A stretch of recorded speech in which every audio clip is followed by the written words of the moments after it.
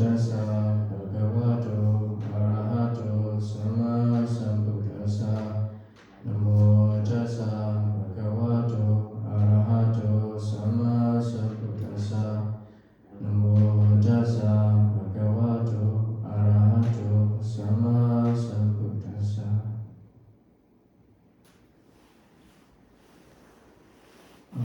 So today's topic is based on two reasons. One is one devotee asked us that whether the Buddha assists his father to attain the Buddhahood, because she before she heard that, but now she heard from another monk that the father of the Buddha didn't attain or anything or took refuge in the triple gems. So that's just the first question. The second one is during this week, there's a family originated from Myanmar. They invite we as monk to do the food offering right after the day after the mother passed away, to dedicate to make the meritorious deed and dedicate the merit to her passed away mother in accordance to their tradition. So it's better than the Vietnamese custom that the passed away one have to wait like 7 days or 49 days to have that offering. And the daughter also told how peaceful her mother before she passed away, and expecting a happy destination. So in Buddhist perspective, how should we take this? So that's why we have today's topic, family's death. So today's topic is based on one discourse in the Anguttara Nikaya, the collection of number discourses. So one time there a Brahmin called Chanasuni come to the Buddha and share his view. Mr. Gautama, I have a doctrine, I have a view. There is none of those liable to death are not frightened and not terrified of death. So he believed that everybody who are subject to death will frighten, will terrify of death. And he shared with the Buddha his views on that. And the Buddha, to verify that the Buddha agreed with him or not. So the Buddha replied him, Brahmin, some of those liable to death are frightened and terrified of death, but some of them are not. So, sorry. So, who are those liable to death but being frightened and terrified of death? The Buddha, there are four kind of person who are liable to death, being frightened and terrified of death. The first one, those who isn't free from greed, still have a lot of desire, fondness, thirst, passion, craving for sensual desire, sensual pleasure. So when that person, a lot of greed, a lot of craving for sensual desire, they have fallen into seriously or severely ill. So they will think that, all of my sensual pleasure thing that I love so much, that will leave me. And I have to leave behind his sensual pleasure. Because thinking like that, so they sorrow, they lament, they beat their breast, they fall into confusion. So this is the first kind of person who is liable to death and being frightened and terrified of death, because they think that they have to leave something they love behind. For example, my new house, I just built it, I just buy it, costs a lot of money, costs a lot of effort. I couldn't stay for so long, now I have to leave it. So they think like that and they suffer.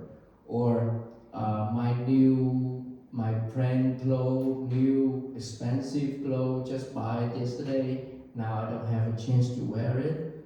Or to have a lot of money in my saving account and I cannot use it anymore. Or in this picture, the boy have a lot of food just by yesterday, keep in the fridge but cannot eat, something like that.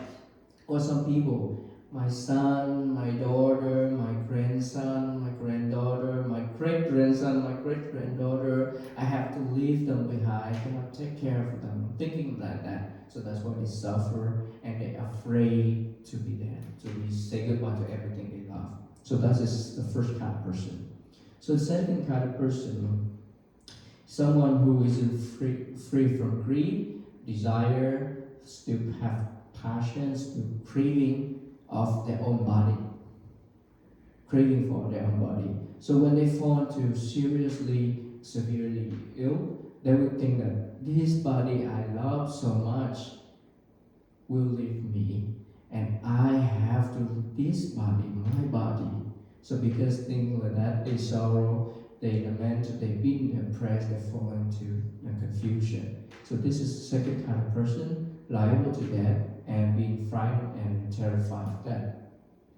Some people like I use this picture, they love their body so much, they're attached to their body. My face, my body, when I was young, when I was look good, now it's gone, now leave me, I don't have that anymore. And some people when they have sick, seriously sick, they lie on the bed, then they cannot move their feet, their hand easily, even they cannot do number one, number two by themselves normally. So they suffer, they afraid, they have to leave their body in that way. So that's why they suffer, they frightened, they terrified of that. That's the second kind of person. The third kind of person, someone who has done good and skillful thing, wholesome thing, that keep themselves. So the wholesome thing and skillful thing, we can keep ourselves because it will protect us from the calamity, from the unwholesome consequences when it comes. So our wholesome action, skillful action will protect us from the bad consequence when it comes. It will reduce the severity of the unwholesome consequence, the bad consequence. And that person never done something good, never done something skillful. All they do is bad, violent things. And when they fall into seriously ill, they think that, oh, all my life I haven't do something good, do something skillful, do something wholesome, and I always do bad, do violent thing. So when I depart, when I pass away, I will go to the place, go to the destination where the people who done bad thing, who done evil thing, who done criminal thing, similar to that person. So I have to go to that way. For example, I will be born in hell, we go to animal ranks, something like that. They think that they know themselves, they're bad, they never do something good, and they have to go to bad destination. So because of that, they sorrow, they lament, they being depressed, they fall into confusion. So this is the third kind of person who are liable to death and being frightened and terrified of death. So I want to share you one story concerns this case, written in the Dhammapada commentary. Talk about the king called Supabuddha. Supabuddha actually is, you can call him the father-in-law of the Buddha to be, because he's the father of Queen Yasodhara, once the wife of the Buddha to be, before the Buddha went forth to become Buddha. So he's a king and he has a wife, and that wife is the daughter of this king, Supabuddha. And because Supabuddha, because the Buddha leave his daughter, so Super Buddha really hate the Buddha, had animosity against the Buddha, because you leave my daughter to become a monk, something like that. And even after that, he has a son called Devadatta, also become a monk, follow the Buddha path. So that's why he really hates the Buddha. So one time, when the Buddha goes arms round, he uses power to block the road and not allow the Buddha to go past by, to go arms round. But the Buddha didn't say anything. He just smiled. And when the Buddha smiled, this means something.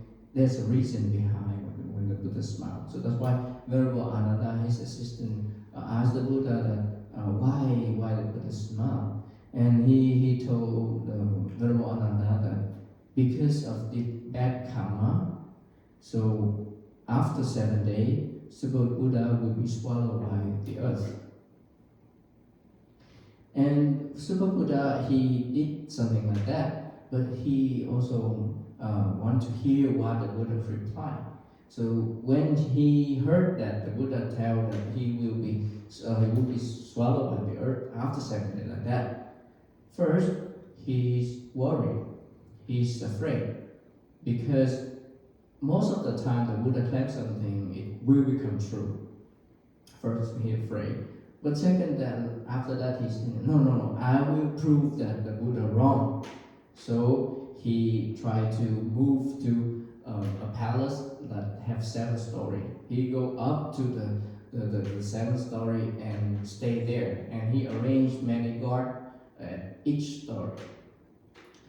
If he accidentally go down, they will push him up, something like that.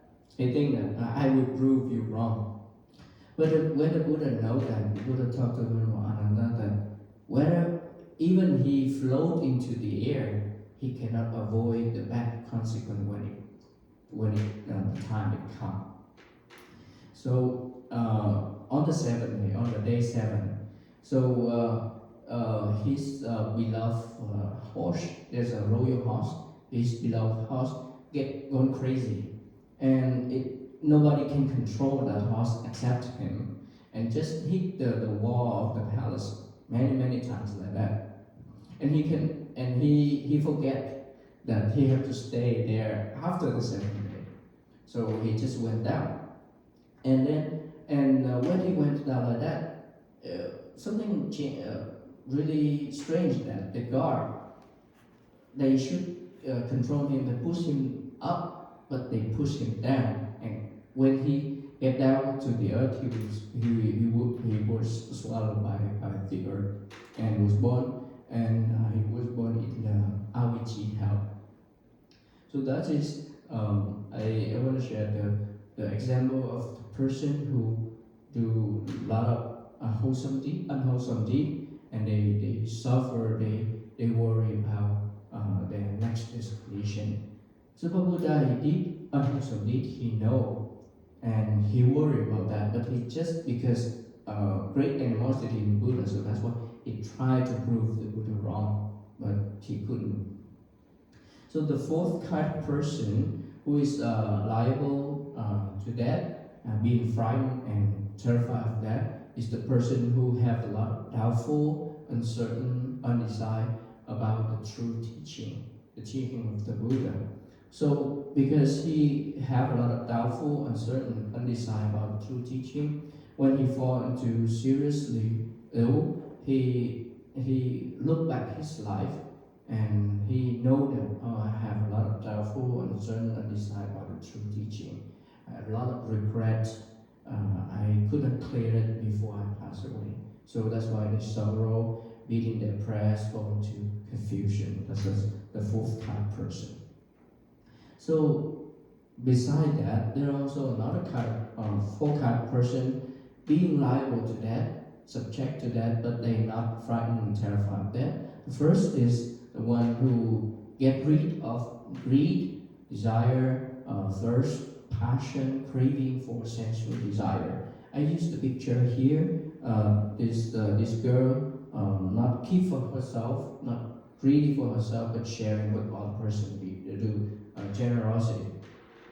So when this kind of person fall into seriously ill, they will never think that the sensual pleasure that I love, I have to leave that. That will leave me, and I have to leave that behind. And because they don't think like that, because they always share with other person, they're generous with other person, they don't keep for themselves or greedy for themselves. So they will not think they have to leave that behind. And because they not think like that way, so they will never feel sorrow, lament, or be depressed or fall into confusion. So that is the first kind of person liable to that, but not frightened and terrified of that. So second kind of person who is get rid of greed, desire, passion, and craving for the body.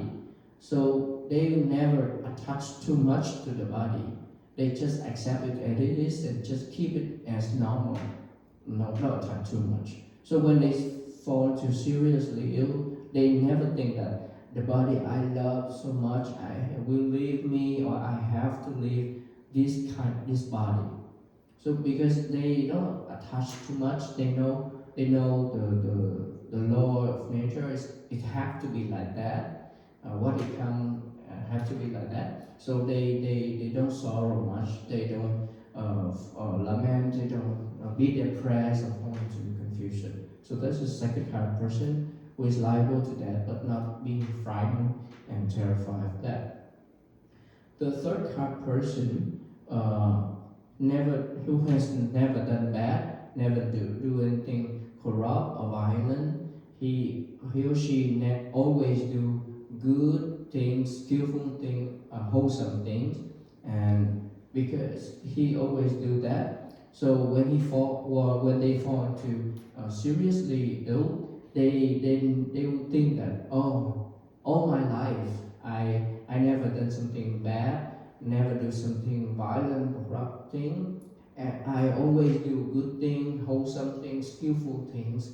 So because of that, after I pass away, when I depart, the destination, the place where I will go, where I will be born, will similar to the person who always do good thing, do wholesome thing, such as the human realm or the celestial realm. So he know like that. So because they know that they are good and they have good destination, so they never feel like worry, sorrow, lament, or be depressed because they never do something good. So that is the third kind of person. I use the picture here. The girl who avoid the boy who always do unmoral thing like lying. So the fourth one, the person who is not doubtful, uncertain, who is not uncertain, undecided, truly really understand the teaching of the Buddha, how good it is, should practice and bring good benefit. They understand clearly like that, and they follow the teaching of the Buddha and practice diligently like that. So when they fall into seriously ill, they never think that I have something still doubtful, uncertain, or undecide about the true teaching. And because not thinking like that, they never feel sorrow or lament or be depressed or fall into confusion. So this is four kind person liable to that, but not frightened and terrified of that. Talking about this kind of person have, I will give you a short story written in the commentary of Chataka about Mahathamapala. So in short, this story tells about there a teacher bring a bone, a box of bone to the father, telling that your son has passed away. But the father tells the teacher that, no, I don't believe in you. In my family, the tradition of my family, there's never anyone die at a young age. So the teacher surprised and asked the father, why is that? And the father tell him that my family tradition, we always practice the wholesome thing, skillful thing, like never kill any living creature, never take what is not given, never destroy family happiness of all the family, and keep the family, keep the happiness of this family, never and never telling lie, never drink intoxicant drink, always learn from the moral person and avoid the immoral one. Always do generosity, share with other person, the poor one, or the practice one, the good conduct one. So because of that, so in my family, never somebody died at young age. So after the Buddha taught that story, he recognized that the father in the past is the same, is the father in the present. His real father called Suddhodana. When he went forth to the forest to practice, before he became Buddha, he went to the forest to practice. Then also somebody tell his father that he passed away already, he died already. But King Suddhodana never believed, because he know that his son will practice well and become a Buddha. And after listening to that, the father of the Buddha attained Anagami, the third level of noblehood. I have the picture here. In the Jataka, there are a quote that the righteousness saves the righteous person, as the great parasol saves in the time of rain. It's similar to the sutta we learned today, that the righteousness, the wholesome, the skillful action we do will protect us when the bad consequence try to drag us down. Just like the great parasol will save in the time of rain. So back to the Suddhodana, the King Suddhodana, the father of the Buddha.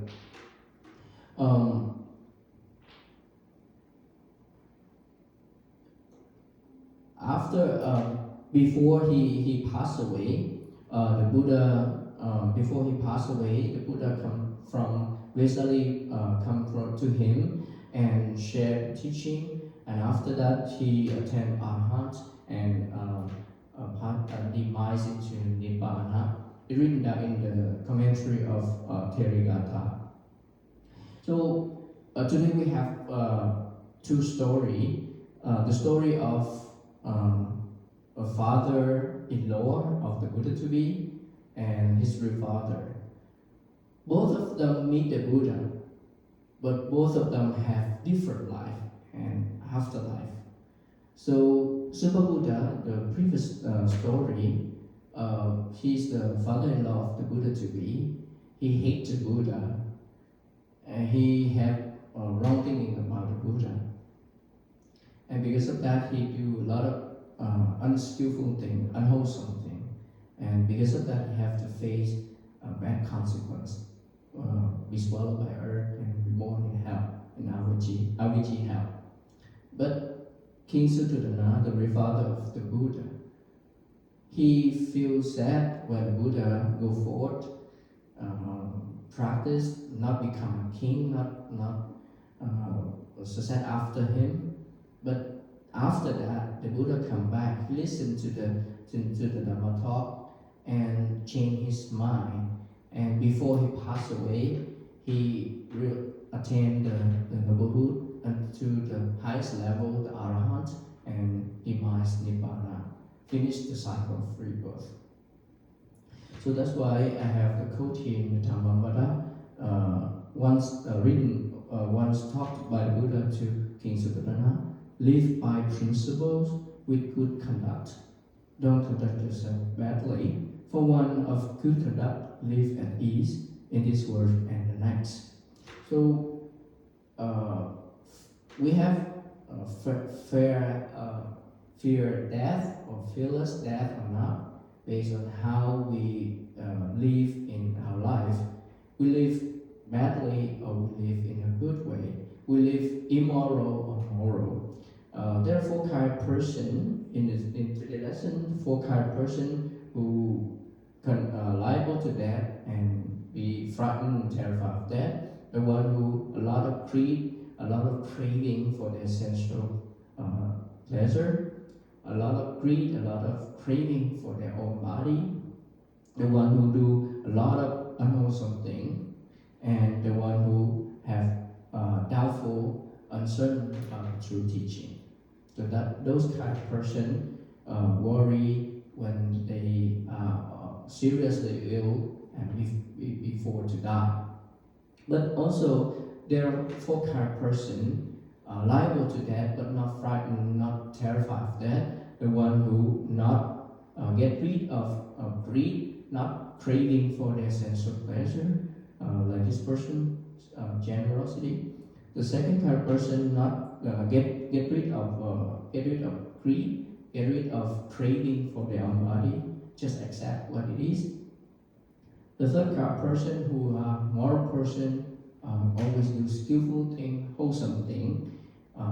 And the fourth kind of person who not doubtful, not have concern about the true teaching, who practice so well. So this kind of person, four kind of person, will, even they are liable to that, but they are not afraid of that, not frightened of that, because they know they are good and the good destination will wait for them. So this is what I want to share today. And before we finish, there are one part that the devotee, when she sent the question, she asked that because she heard from another monk that the king Suddhodana not take refuge in the triple gem. There is nothing in the Pali Canon commentary written the story that the king Suddhodana take refuge in the triple gem. So did he or did he not? So the tradition, when we know that somebody taking refuge in the triple gem, just like the discourse we studied today. So after the Brahmin listened to the Buddha Dhamma talk, and he will express his feeling that, oh, it's just so nice, I understand what you mean, so you help me to understand something like that, and I want to go to the Venerable Gautama to take refuge, go to the Dhamma teaching to take refuge, go to the Sangha community to take refuge, and may you accept me as the lay devotee from now on to the rest of my life. So that is the tradition. And yeah, sure that in the Pali Canon, in the commentary, never written any story that the King Suddhodana says something like that. But it doesn't mean that he not taking refuge in the triple gem. Look at how he treated the Buddha, how he listened to the Dhamma, how he believed that the wholesome thing will protect you from the bad consequence, and how he lived his life before he died. He also attained the noblehood. So he's truly taking refuge, but not story recorded only. It's different from us that because we are an ordinary person, after we pass away, we might forget the right path, and we continue to wander around the cycle of rebirth to look for the true teaching once again. So, but before we reach that way, we should practice well, understand the teaching of the Buddha well, practice well, so that we will remember, it will be a condition for us in the cycle of rebirth samsara. We might find a way back to the teaching of the Buddha and practice well. So thank you for your listening.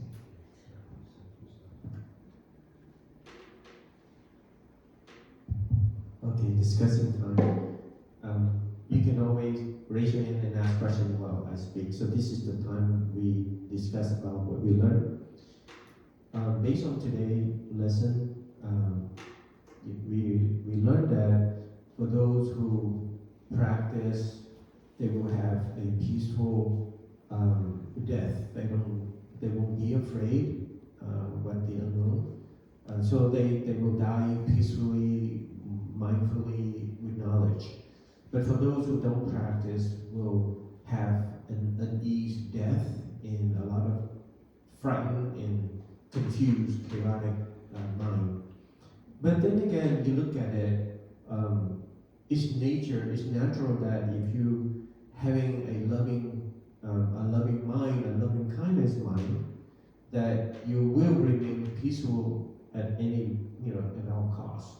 I give you an example. Have you ever seen a person that they have a very loving mind, very accepting, tolerant? So whatever, how people say something bad, or how noisy, or how troublesome it is, this person still care and loving. It's just nature of it. If you have a loving mind, you don't have an angry mind, then you will remain peaceful at all costs. So if you remain peaceful, then you will die peacefully. But if you, vice versa, if you live your life very, hostile, hatred, angry, and whatever people do will make you angry. Even the leaf fall from the tree still make you angry, even though, the leaf fall from the tree doesn't mean to, take you off. Whatever it is in your mind, in whatever situation, it will determine the outcome of it. It's from the mind, not from the people outside.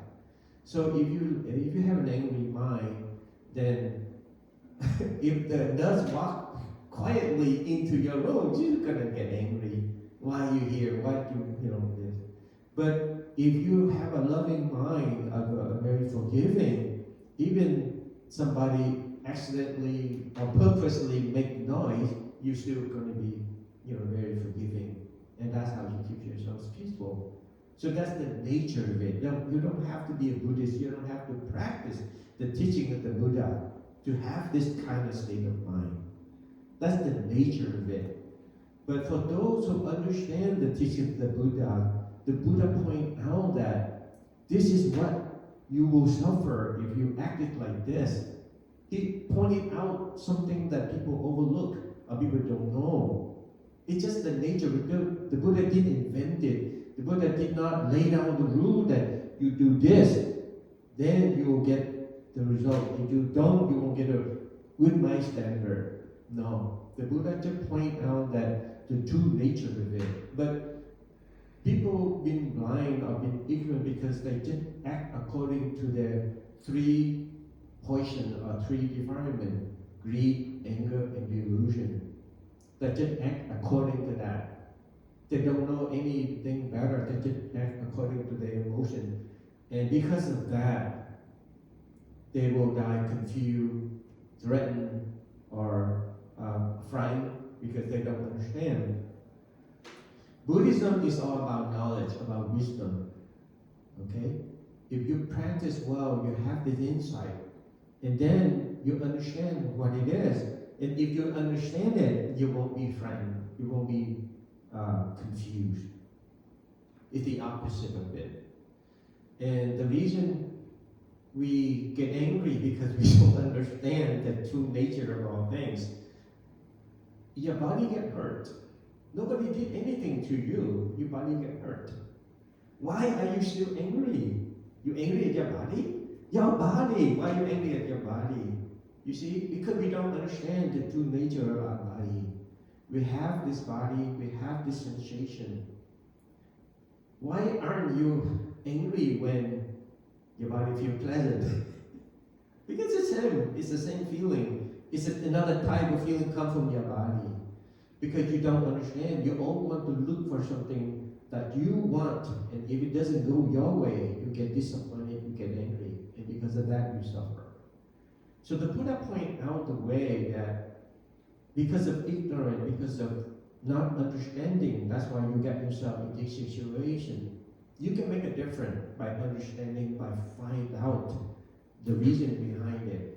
Then you will overcome your defilements. That's what it is. The Buddha just pointing out the way, and whether you want to accept it, learn it, and then get yourself out of it, or you don't, or you just surrender to your own, surrender to your ignorance and continue to suffer from it. It's your choice. The Buddha won't get angry if you don't do it. He gave you the pill to cure your disease. If you want to cure the disease, take the pill, swallow it, and cure the disease. He prescribed the prescription. It's up to you to take the medicine or not. So don't complain to the Buddha, or don't complain to the doctor that you're sick, your disease still continue to hurt you without taking the medicine. That's it.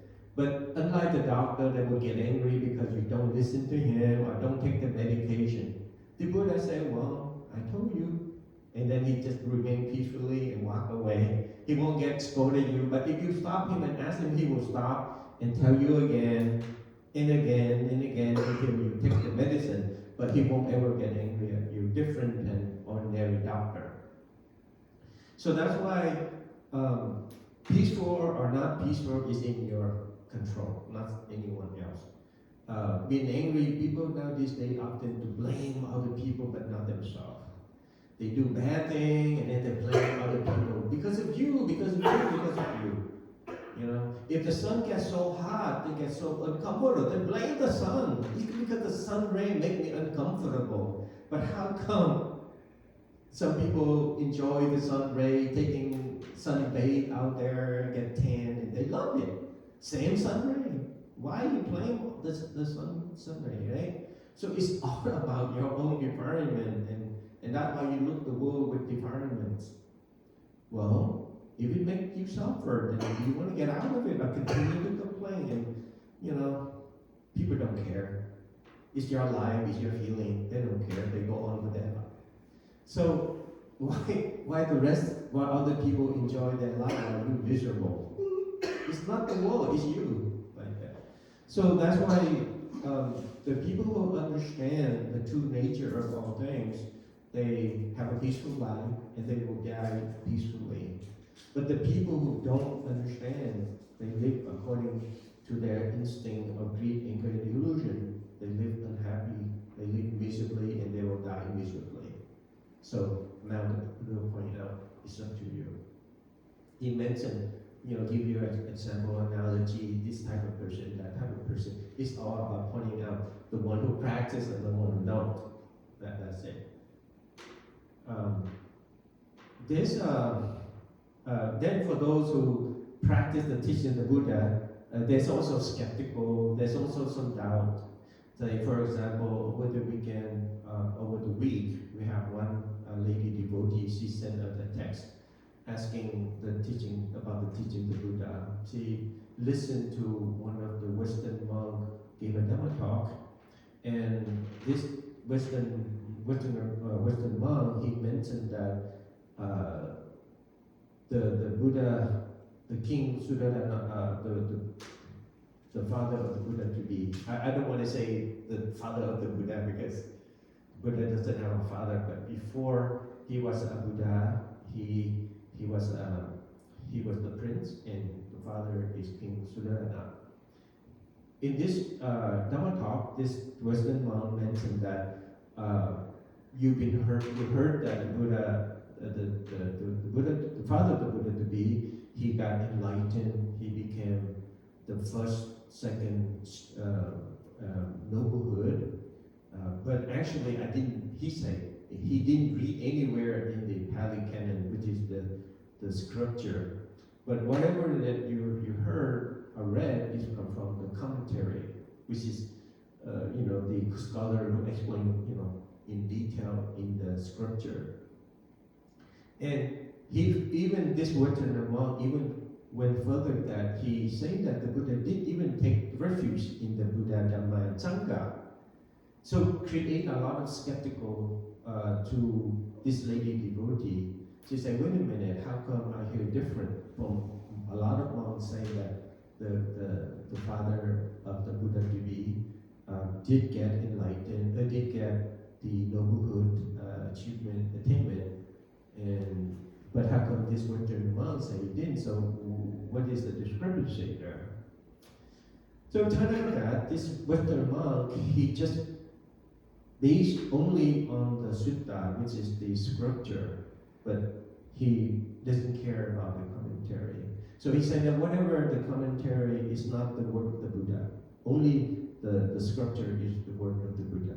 But he forgot that this commentary came from very early time, right after the Buddha passed away. So the scholar, understand the scripture, and some of it is kind of difficult for the later generation to understand. So he elaborated and explained a little bit further, more in detail for later generation to understand. Because in the writing in the Nikaya, it's very condensed and very, and the Buddha say, the way he explained it could,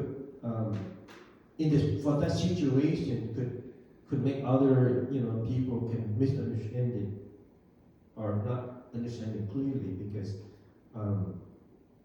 he cannot go in detail in different situations. You know what I mean? Because at that time, the Buddha explained like this for that situation. But a different situation, he might say a little bit different, maybe contradict of what he say in this situation. So the scholar didn't want the later generation to misunderstand. So he elaborated for this situation because of that, for that situation, he meant it like this and after that. But then again, you have to practice to understand and then realize that this is this and not that. What I mean, that's what we meant.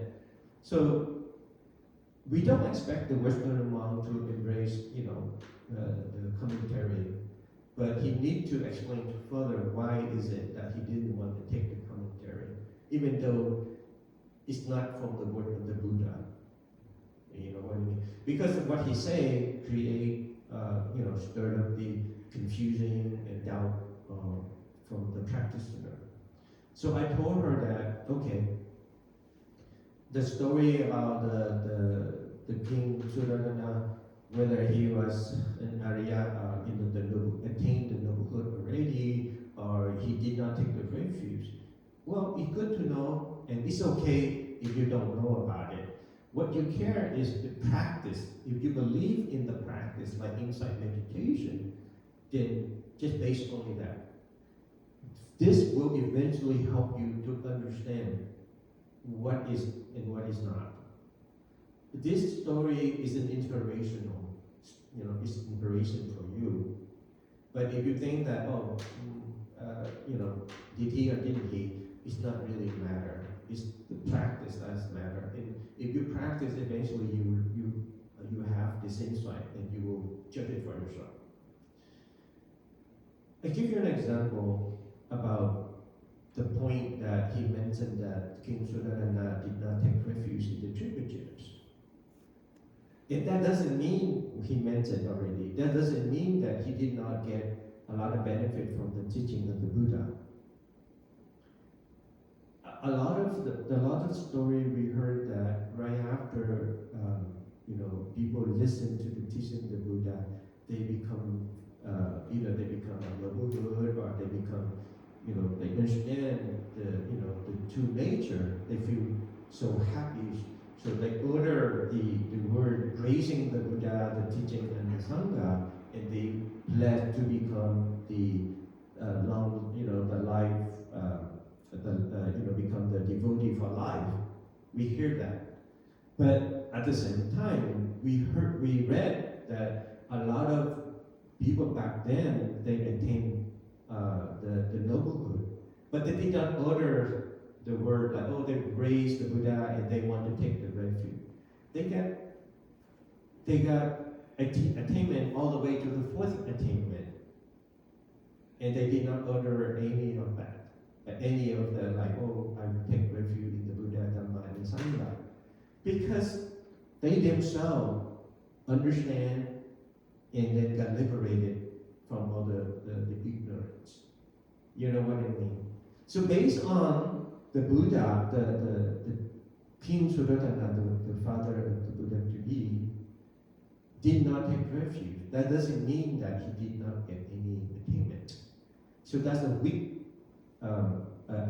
point to explain that the King Suratana did not get any attainment. But he also mentioned, I did listen to his Dhamma talk as well. The lady devotee asked me, and I asked for that Dhamma talk, and I listened for my own ear to see, to see what he said. He did mention that King Suratana still hold grudge at the Buddha. When the Buddha to be left the kingdom, the palace, to become a monk, to practice, to become fully enlightened Buddha. So the King Suratana still hold grudge on it. And furthermore, the Buddha still hold grudge on his grandson, Rahula, also followed the Buddha to become a monk, which is what he wanted. At first,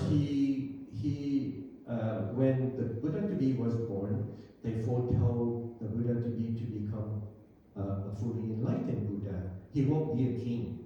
He won't inherit the throne of King Suratana, but he will leave the palace and become the fully enlightened Buddha. So King Suratana didn't want that to happen. So he withheld the prince, the Buddha to be, in the palace, tried to indulge him with, to the max, to the maximum, so that he would remain, in the palace and succeed the throne. But he meant to become fully enlightened Buddha, so that's why at one point he did leave the palace to practice, to be a monk, to be ascetic, to become fully enlightened Buddha. So any father would get upset about the situation.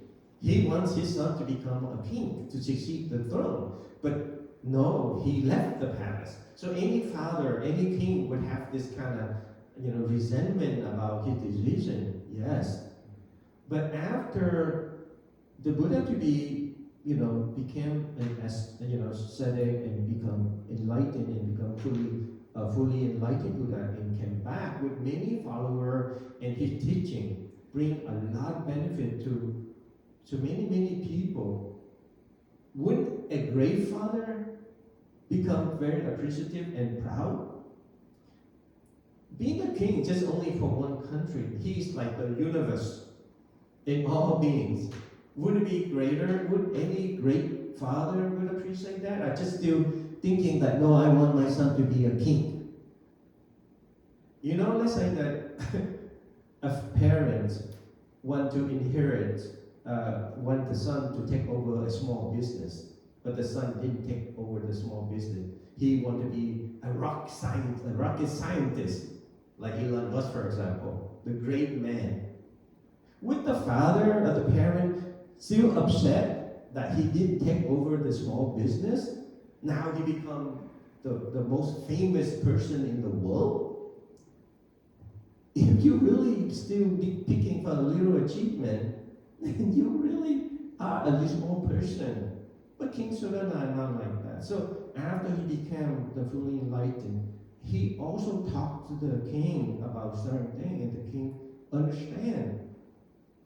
And if he understands, then he shouldn't be holding grudge like that, right?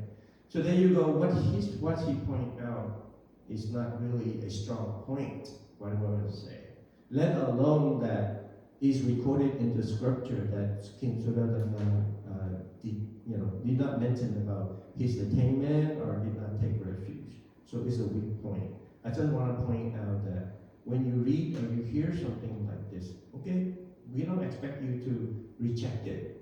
Just sit and think about it, and then continue to practice, and then your insight will tell you the answer. Don't just take other people's word, even my word too. So that's what we want to mention about the discrepancy from people talk. Now these days we have many monk or lay people give Dhamma talk on internet, and many of them speak through their own reasoning. if they don't practice enough to understand, of course they raise skeptic or doubt about it. But it's dangerous that you pass on this doubt to other people, shaking their confidence, in the practice. That's very dangerous. But we can't stop the world. We need to resort to ourselves and what we understand. But even if that is kind of important, then right now just put it aside. Continue to do your own practice and draw your own conclusion rather than let somebody else tell you, what it is, because they could be wrong, right? Same way with me. What I say, don't take my word for it. Practice, dig into it, and figure it out for yourself. We have our mind. We can reason and we can think for ourselves. Bring back to the point that over the week, Friday, we were invited to a funeral. There's a little lady who passed away. She, in her life, she practiced the Buddha teaching and she's very delighted. She's born in Myanmar, but her ethnic is Indian. And she invited mom, and on her deathbed, when she saw the monk, she became very happy, very delighted, and she even asked to take the refuge in the five precepts, which is common for all devotees when they see the monks. And then we talked with each other that it's so different with the Vietnamese culture that when a person about to die, when they see the monk, they're terrified because that means that they're dead, and the monk will come to do the funeral. So one of the lady we went and visited in Oregon, when she saw us two monks, she became terrified. She was like struggling and like agitated on her bed, like she wanted to get off the bed or something, but she couldn't. She was terrified, and I knew that that's not a good idea to come to the hospital to visit her when she's about to die. But they don't understand because the culture in her practice is that when they see the monk, that's funeral, that's the chanting to for dead people, right? But different from this lady, she practiced the culture when she's the monk. It's an opportunity for her to take the refuge, the five precepts, to pay respect, to create as much wholesome, as much punya for her the new journey to take. That's a rare opportunity that she has. She could actually pass away without seeing anybody or even the monk, but she's still awake, alert to see the monk. So this is her opportunity to set her journey in the good term. So she was very happy and she listened to the Dhamma talk. She took the refuge and the five precepts. And then Friday, we came to her house. We were notified that she already passed away. So immediately, her family member start having a Santivana, which is the offering to the monk to make merit, to make punya, to share with her, to say, to her, this is the daughter who invited 3 monks, come. And the daughter told us that this elder lady, before she died, she told her that, oh, why is so many beautiful flowers around me? Why is so bright, so radiant around me? And she was very happy, very calm. Rather than if someone died, they would scare, frightened, and crying or struggling and things like that. But this lady, she's very peaceful, happy, and she uttered that, why is so many flowers around me? Why so radiant, so much bright, like that? So she asked us, Mom, my mom experienced that. So I told her, according to what we understand from the scripture, that that's a good sign. As we know that when we die, we have certain signals, certain signs, we call the destination sign or the karma sign, the action sign, that will tell you where you're going to be. If you see good sign, if you see a beautiful thing, radiant thing, like mention big beautiful mansion, that means that the sign that you'll be born in heaven. But if you see, like burning hell or burning or creature are being tortured or people are tortured or ferocious animal come after you, you see forest, you see, that is a bad sign that you'll be born in the wolf world. But in her situation, this elderly situation, she beautiful things. So that means that is a good sign for her, good destination for her, according to the teaching, the scripture. Nobody actually understands 100% that where you will be after you die, except the Buddha or some of the well-practiced noble monk who has the knowledge to see, where you're going to be born. But we monks don't have this capability, but we based on what we learned in the scripture, that we think that her sign is very good sign. So there you go. For her, all her life, she always tried to be wholesome, practice. So to the end of her life, she stayed very peaceful because she done good thing and she has nothing to worry about. And she understands the true nature that one point I will leave this body and I will move on to the new, my journey and start the new life. And there's nothing for me. I shouldn't go back. I shouldn't attach to this. I understand. So she understands. So she stayed peaceful, and that's how she left peacefully, like that. So that's why it's the true nature of it. You don't have to be a Buddhist to have this kind of experience. It's the true nature of all things. It happens like that. So that's why today's lesson, he just want to bring it out as an encouragement that we should continue to practice, try to practice loving kindness, try to stay peaceful, and always develop your insight. He mentioned about for the willing, the one who not yet attained the noblehood. You can be a very devout Buddhist in this life, but if you die and you forget the practice, then you will be reborn in the next life without knowing the teaching of the Buddha. Your refuge, the Tripitaka refuge, will be complete, gone. You need to find the way back and then start all over again. But if you are an Arya or a noblehood person, you took refuge now, it will stay with you in the next life. You won't ever lose your way. It's more like, concrete. It's with you naturally. You know what I mean? But if you are not, then you have in the next life you have to find your way. But you can easily find your way back if you're a good practitioner now. You have this condition. It's still the intuition is still with you. When you see it, you recognize it. Then you have to start all over again. As compared to the noblehood, the Arya, they will remember right away. They know about the Tripitaka. They know how to preserve the precept, the 5 precepts, the minimum. It's just in their nature. Yeah. So there you go. The reason I say that is not like because of the privilege or anything. It's because not killing is not in their blood. In their blood, they just don't do it. Whereas for us is the precept. We try to stay within the boundary, even though we want to do it, but we want to stay in the boundary because we know that if I do it, I'll get in trouble.